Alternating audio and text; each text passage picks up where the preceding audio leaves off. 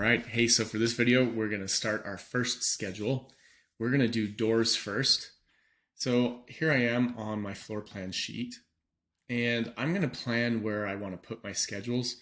Sometimes you can put them on their own sheet, or if there's enough room, I like to put the schedule on the sheet that might be most relevant or somewhere around the floor plan. So since on the floor plans is where we call out the doors and windows, and because the floor plan is not taking up very much room on the sheet, I think it wouldn't be a bad idea to maybe put my door schedule and my window schedule here. I might even be able to put my window legend and door legend here somewhere. Or maybe I'll move my floor plan up and I'll put the door schedules here and my legends over here. We'll see how it works out. Let's just start creating these items and then we'll worry about putting them on the sheet in just a moment. Before we start our door schedule, let's take a look at what's happening on the floor plan. So when we labeled our doors, we just let Revit automatically come up with the numbering. So Revit just kind of starts at a number, and each door we place, it gives it the next number. So I don't know if we like that or not. We want to come up with our own system. So there's a couple ways we could look at it. We could just start at 1 and go, in some sort of order through the house, and just number it from 1 to however many doors there are. Or we could do like the commercial project example that I showed you. Maybe we need to show the room numbers, and then we go through and name or number the rooms, and then number the doors according to the rooms. You could do that. Or we could give them a different designation, like you could come up with something on your own, maybe B for bed, and it could be 01. And I don't know, or bath. I don't know. I'm trying to think of another alternate. Really, the only two ways I do it is I either tag it like I showed you on my residential project with the actual dimensions of the door, and then on the schedule, I just write in the locations of the door, or we do a numbering system where we number the rooms and then we just number the doors to match the rooms. So I'm going to say, since we've already got numbers in, let's actually number the rooms and then match the doors to the rooms. So before we even start our schedule, let's set up our door numbering system.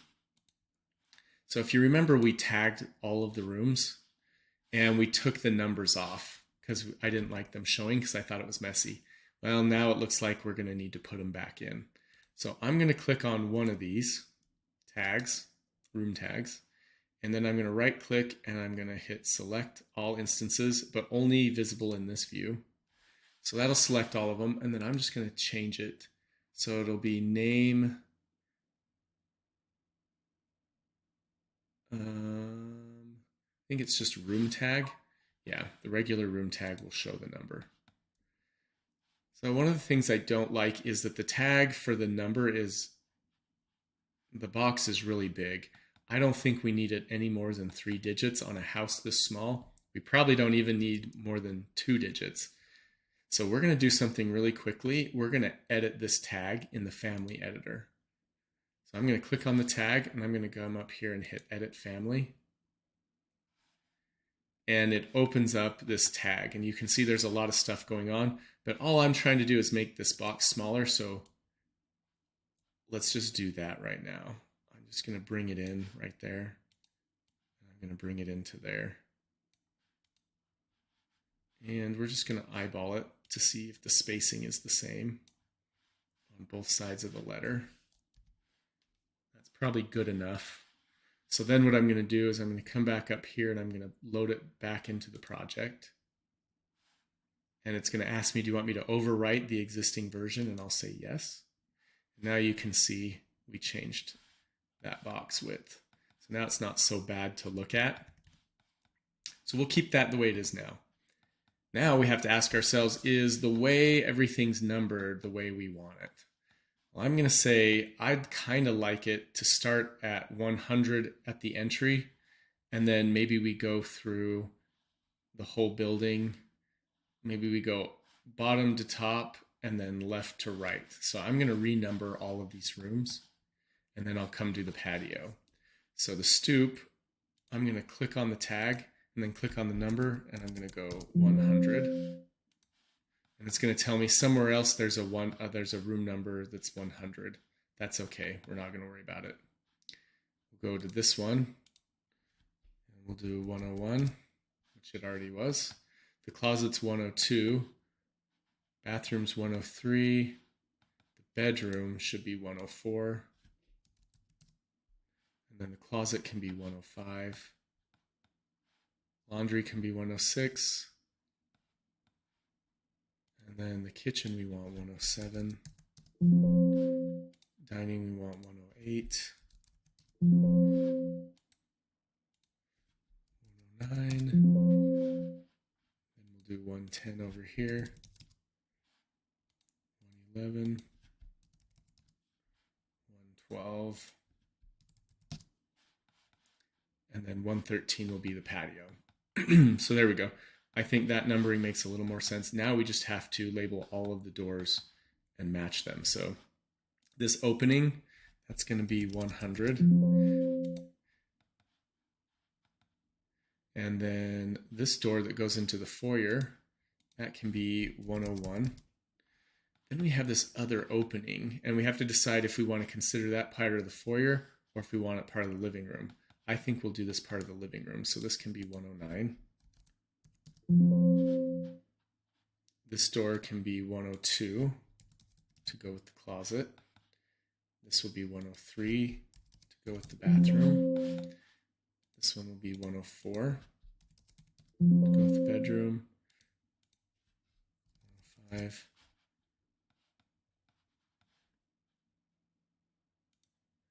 Laundry can be 106. This will be 107 to go with the kitchen. This will be 110 to go with the bedroom. This will go with the bath. And this one will go with the closet, 112. So that is, I think we got all of our doors. Now we just want to clean this up a little bit. We don't want the number running into things. All right, so our floor plan looks good. We've renumbered the rooms and we've numbered the doors to match. So now let's make our schedule. So to do that, we'll go to view, because technically a schedule is a view, but it's more like a spreadsheet, but it's a view that you can place on the sheet. So they put it on the view tab. And if you go under create, there's something called schedule. So let's see, there's a couple options here. There's a schedule or quantity. There's a graphics column. There's material takeoffs, sheet list. We want a list. We just want a schedule. So we'll click the top one. And now it's going to ask, what are you trying to schedule? So what category of family? And we're doing doors. So we'll just go down to the door. And then what do you want to name this? And the template, it looks like it already created us a door schedule. I don't want to use their schedule because I want to show you how to do it from scratch rather than use what they have. So we're just going to name this, I guess we'll leave it at door schedule 2 for now. And we'll click OK. None of the other settings apply right now, so we'll click OK. Now it brings up a new dialog box, and this is, you're going to create, you have to tell it what things you want in your schedule. So each row will be a different door, but it's asking what columns do you want? What do you want to know about the doors? So right here on this side, it's showing you all the properties of a door. So if I clicked on one of the doors and I looked over at its properties here, these are the properties for that door. So we're going to want the number. So to get that, it's probably going to be the type mark. No, it won't. It'll be the mark. Now you wouldn't know this, so I'll show you how you would know that, but let's just click mark. So that'll be the first column. Then another thing we talked about, let's actually look at what we want to include. Let's go back to our example from the lecture, and let's go to the door schedule. So we're not doing location, we're doing the number instead. So that's where I picked the mark is the name of the parameter. Then we want the window type. Then we want the width, height, and maybe comments. So the next thing we need to pick is type. So that would be type mark, I believe. So we'll add that. So mark, type mark. Then we need the width and the height. So let's look for W, width, and then height. Here.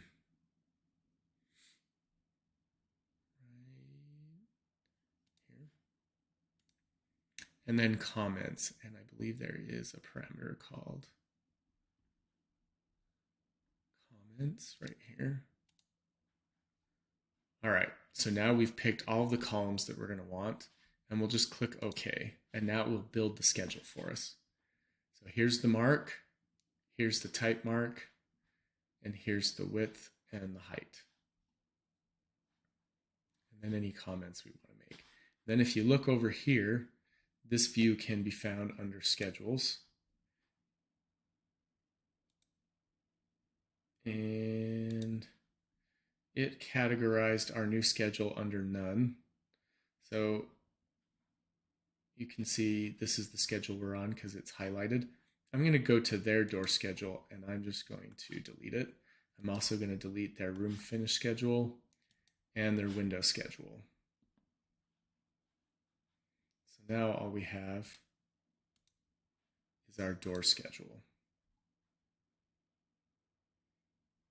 And now I'm going to right click and I'm going to rename it. And I'm going to use all caps and I'm going to call it door schedule. And you can see it changed the name up here. So now we have a schedule that says mark, type mark, width, height, and comments. So let's go back, let's rewind for a minute because when you're building your schedule, oh, there's the family. I didn't mean to open that. Let's close that. Let's go back to our main floor plan. Right here. I'm going to double click to activate the view. Now, how did I know to pick the mark for the number? And how did I know to pick the type mark in order to do the door type? So the best thing to do if you don't know that from experience is to just click on a door and you know this door is named 107. So you go look over at its parameters and you're looking for 107 and you can see that's under the mark. So you'd know that's what you need to put in your schedule to get that value for this door. If I look at this door, you can see its mark value is 106. So you know the parameter that you're looking to pick for the column is this over here that says mark. Then the other thing you're looking for is the door type. So how would you find that? So you got to think for a second. Each door has a different number on it. So even though these two doors, if I click on this, you can see this is the same family as this door. So the parameter that numbers the door, even though they're the same door, they have different numbers. So in order for that to happen, you know, if you remember from the families module, a parameter that can be changed for each individual instance of a family is called an instance parameter. And these are all instance parameters. So the mark parameter is an instance parameter, which means it's out here. Now, if I think about the door type parameter, so when I look at the door schedule, each door is going to have its own individual number. So that's an instance parameter. But if I think about the type mark, this is to label the type of door. So all the doors that are the same type of door, we want them to have the same type mark or the type number. So if you think about that, that means the parameter we're looking for is going to be a type parameter, not an instance parameter, which means we won't find it by clicking on the door and looking here. you have to click on the door and then you have to look at its type parameters. So these are instance parameters that you're looking at here. So every family has type parameters or instance parameters. So when you click on the family, like for example, this cabinet, these are all the instance parameters that you can change for each individual placement of a cabinet. But if you click the type, edit type, here is a list of the parameters that that you can't change in each individual one. If you change it here, it's going to change all of those types of that family. So let's just look at that. So for the door, we know that the door label is instance, but if you want to get the type mark, it's going to be a type parameter. So you're going to have to open up the type dialog box and you got to look for the type mark. So you can see here, this door's type mark is 41. That's what we're scheduling on the schedule. So hopefully, with experience, this will make sense. When you're new to this concept, it's very difficult to grasp and wrap your head around. But basically, we have a mark for each individual door, and then we have a mark for each door type. So if it's the front door, it's going to have one mark or one type. But if it's an interior door, it's going to have another if it's a swinging door. Or if it's a door opening, it's going to have a third type. So that's what this is for. This is to tell us what the door looks like. This is to tell us where the door is in the building. And then you have your width and height, which come in automatically, and then your comments. So those aren't too hard to understand. So if we look also at our schedule here, we want to change the headers. So width and height and comments is okay, but people won't understand what a type mark is. And then in this part, we don't want it to say mark because that doesn't make sense to people. If we look at the school and we go to the door schedule, the first column, oh, I guess it says mark, and then it says system type. So it doesn't say type mark and mark, it says mark and system type. We can pick what we want our schedule header to say. So by default, it put at the column, the head of the column, it just puts the name of the parameter that we picked. But we can change that by clicking in the cell and just deleting that and typing what we want it to say. So we want to say, we'll just call it the number, the door number. And then instead of type mark, we'll just call it the type of door. And then width, I just want everything in capitals. So I'm going to retype width and height. And then comments. So now this is how it will display on the sheet. Instead of saying mark and type mark, it'll say number and type. So this is the door type, this is the door number, this is the door width, door height, and door comments. So now we have the headers looking right. We have all the doors scheduled automatically. I think we're good. Now we just need to place this on the sheet. So let's go to our floor plan and double click to deactivate the view in case you have it activated. And let's find our door schedule and drag it onto our sheet right there. So you can see now we have our door schedule showing all of the numbers, showing the types, all of that. It's kind of funny. What's 101? Why is it such a funny dimension?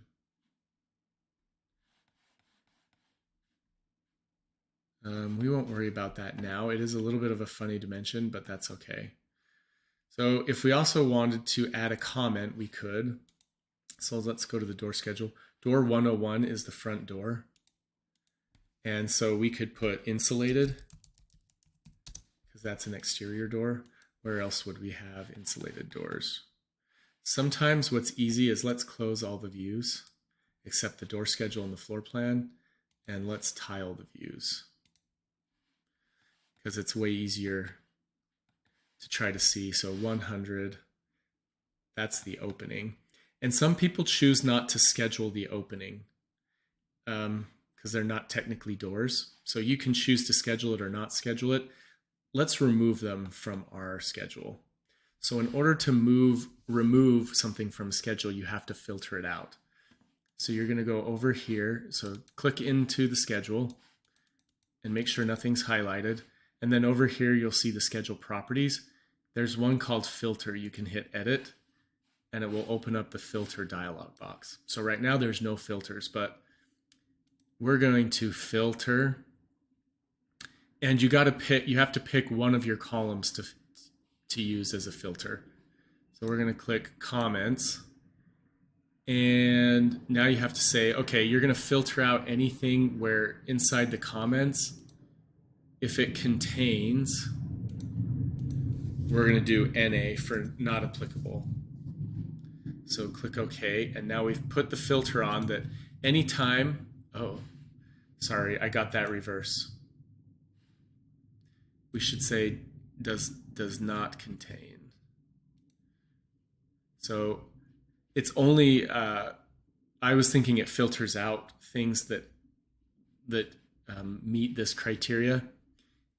It's going to filter out anything that doesn't meet this criteria. So see how it got rid of everything? It's because the comments didn't have NA in it. So now I'm going to change it to does not contain NA and click OK. So it shows all of our doors, right? Because the comments, none of these doors have NA in the comments. So in order to filter out these openings, I'm going to click on both openings and I'm going to go over here where it says comments, and I'm going to enter NA,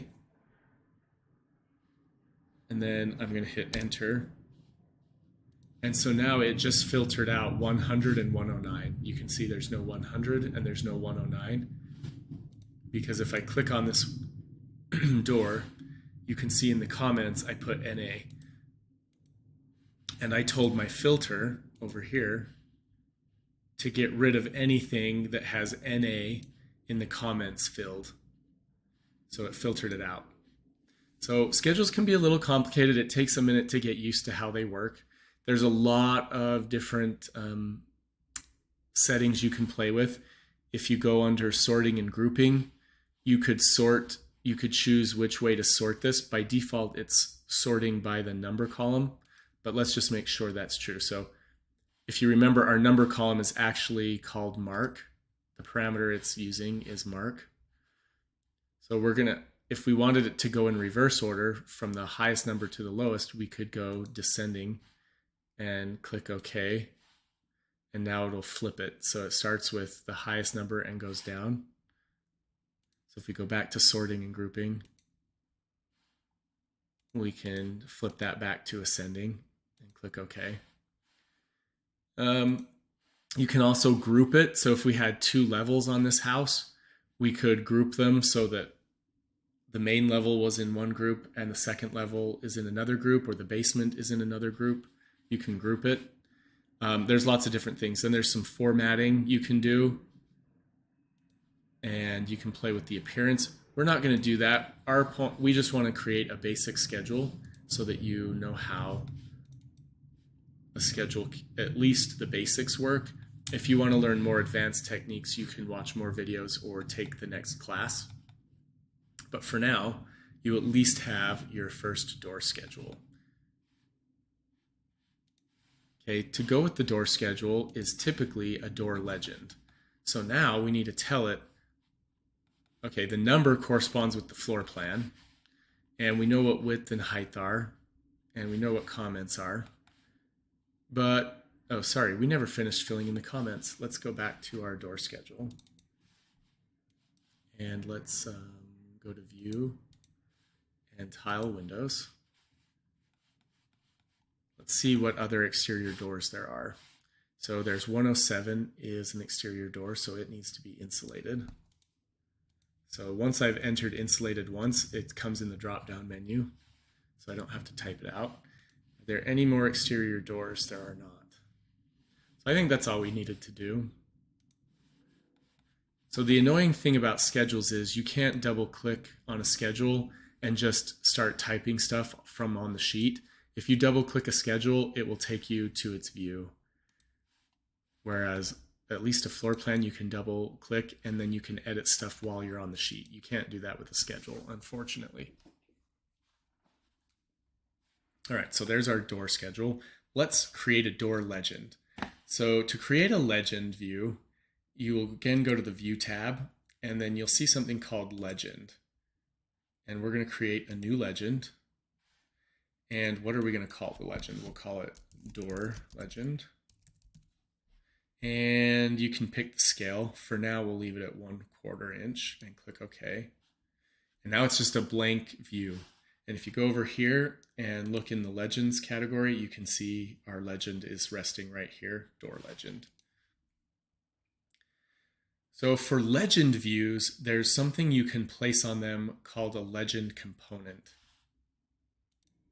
So in order to place a legend component, so a legend component is just a drawing of some of the families that you already have in your project. So in your project, when you place a component, it's in 3D. On a legend view, you can place a legend component, which is just a 2D view of the 3D components. So we want to place drawings of the doors on this legend view. So you're going to go to the Annotate tab, and there's a little component button. And if you do the drop down, you can see there's different kinds. We want to do a legend component, so we'll click that. And now it's got this little symbol, and this is the legend component for who knows what. If you look up here on this little bar between the ribbon and the working area, you can see what family it's trying to draw for you. It's drawing an exhaust grill, so it's a mechanical item. We don't want that. We want to go to this drop-down list, and we've got to find the doors. So door. And now the problem is we need to find the door that we're looking for. So we've got to go through and we've got to pick every door from our model. We've got to pick it and put it on here. So I'm just going to go to, I know it's a swinging door and it's our single swinging door, and it's the 36 by 80. We'll start with that one. And now it puts a floor plan view of it, but we don't want the floor plan view. So you'll see you first pick the family, and now we can pick, do we want the front view or the back view? So let's just pick the front view. So there's our typical swinging door, and we can click and it places it. So then let's try to find our front door. Again, it might be good. Let's go to View and let's tile the views. So here's our legend that we're building, and here's our floor plan. Let's double click in here. And let's click on our front door to see what the family's called. It's called Front Door Craftsman with a Transom. So we got to go find that in the legend component. So let's go over here to the Annotate tab. Let's pick legend component. And let's try to find that front door. So F for front door. Oh, no, but it would still be under the doors, sorry.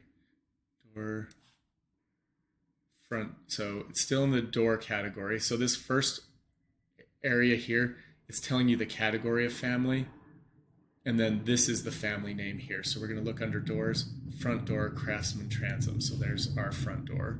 So we'll click it, and it remembers we wanted the front view. So we'll put that there. So now we've got our front door, and then we have our typical swinging door. So do we have any other door types in our project? We have double doors, and the back door, what kind of door is it? That's just our 36 by 80. So that's this door. Front door, and then all of the other swinging doors are this, and then we have a double door. So let's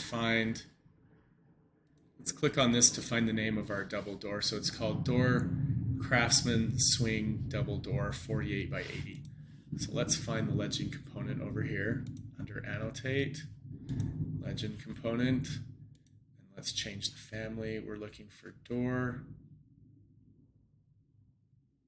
Craftsman Swing Double 48 by 80. So there it is. So this legend is easy because there's only really 3 door types. So 1, 2, and 3. So now all we want to do is I just want to line them up so that they look nice. And they're all the same level, the bottoms. And then I like to space them evenly apart if I can, the best I can. And then you can decide how much detail you want to show. You could dimension the thickness of the trim around the doors and above the doors. You can call out what the door is made out of, all of that. But the very least, what you have to do is you have to give it a door type. You have to give each one a label. So we're going to use the annotate and we're going to use the text tool. And I don't want an arrow. So let's hit the text tool and unclick the little arrow, just do text and click there, and we'll call this type. We can choose letters or numbers. I'm going to use letters, so we'll call this type A. Right there. Then I'm going to copy that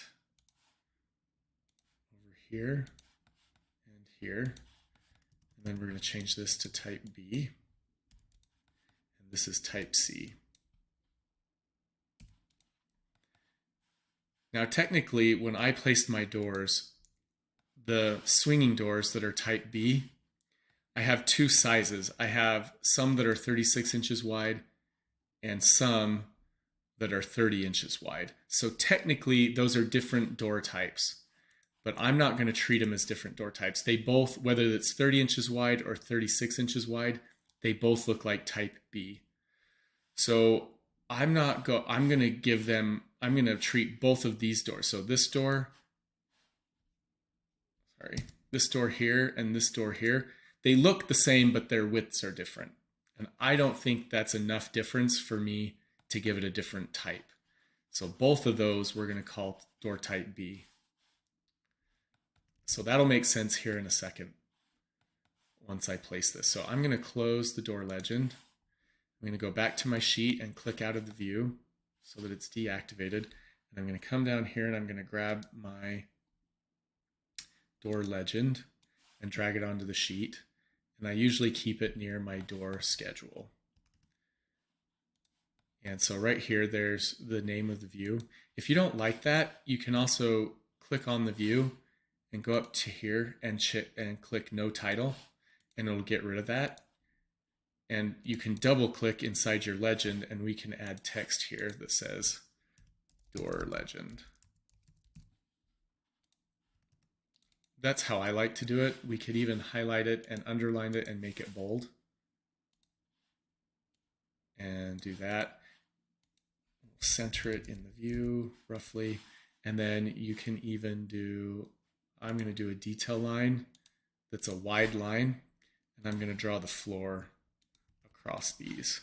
I like to show the floor. So then when I turn my thick lines on, you can see there's a nice thick line. And there's my door legend.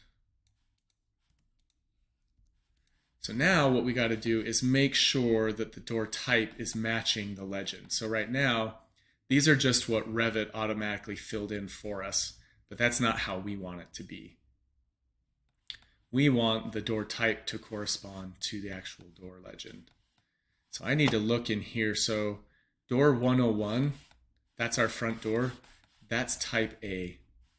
So there's a couple ways I can change it. I could double click into the door schedule and I can actually just change the value in that column and in that row to A, and it will change it because everything's linked. The schedule is linked to the family and the family is linked to the schedule, and the tags are also reading from the family. So you can also just go right to the family, and if we hit edit type, because if you remember what we need to change is the type mark. So if we change that to A and click OK, it will now change that so that in the schedule it shows A. So now what we got to do is let's find our type B's. So we know this door. I'm going to double click to activate the view, then click on the door. We're going to come in here.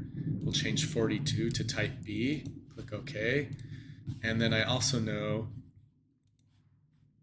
this door, even though it's a little bit smaller than this door. They're the same, in my head, they're the same type. So we're going to click Edit Type.